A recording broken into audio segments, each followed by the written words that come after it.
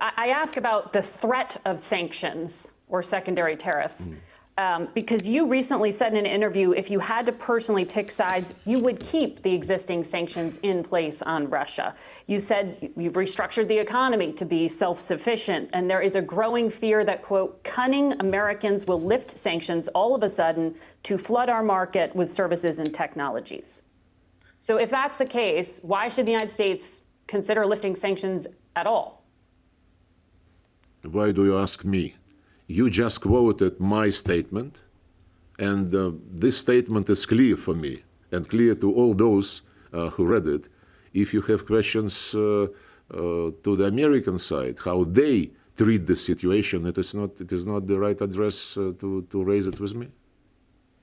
So you want to keep sanctions in place? Is that really the Russian position? I don't want to re-explain what I explained, I think, in quite clear manner. And you quoted, I think, very close to the, I quoted you. To the real content, yeah.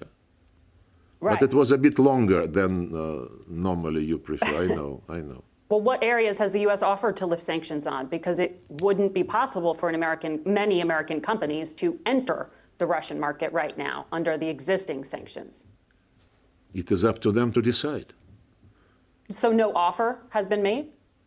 No. How can we offer something in a situation the United States to Russia? Well, the United States clearly tells us that they are interested in doing business together. We never reject business proposals provided they're based on the equal opportunities and the treatment of each other and lead to a balance of interest. Specific proposals which are being mentioned in the media, I cannot comment upon. This is not serious. We are not we are not acting like the people in Kyiv who talk to the world through the media, including talking to presidents of great countries. So if I understand you correctly, you neither fear sanctions nor want them lifted.